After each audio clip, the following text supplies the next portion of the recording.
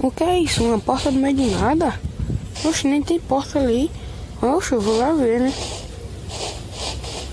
Oxi, como é isso? Não tem porta aí, não passa. Deixa eu ver esse botão. Oh, é uma porta invisível. E o tutorial de hoje vai ser como fazer uma porta invisível.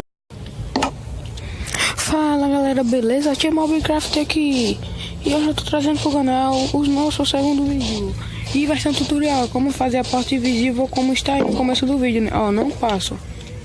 Apertei no botão, passei. Vocês estão vendo, né? Que é o tutorial de como fazer a porta invisível. Vamos começar.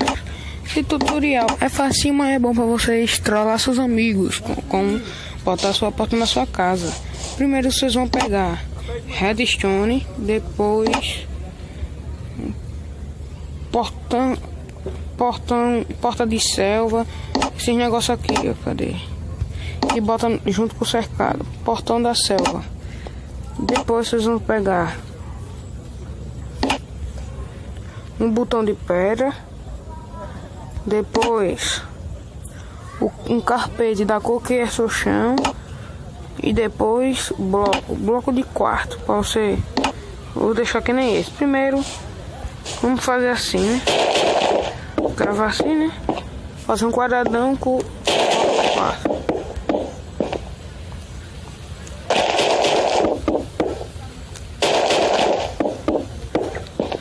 Depois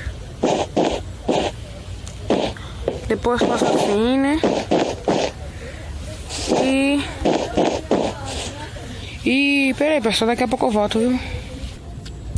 Voltei, galera. E vamos lá, né? Coisar. Veja, coisa. Aí você cava aqui 2 blocos para baixo, né? Aí depois você bota aqui o portão e aqui redstone.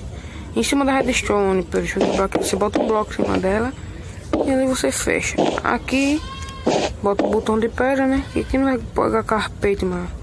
E depois vocês vão o que? Fazer um carpete aqui em cima. Feito isso, vamos levantar aqui, né? E tirar esse negócio aqui. Tirar esse negócio aqui e já tá feito nossa porta invisível, pessoal. Que nem essa. E você vai tentar passar e não passa.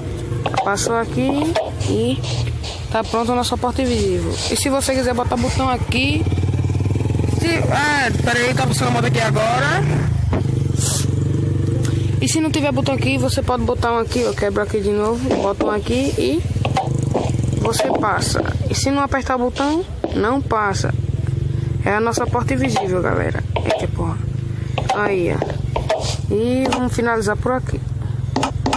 E aí, se vocês gostaram desse vídeo, se inscreva aí no canal Mobcraft para ajudar, né?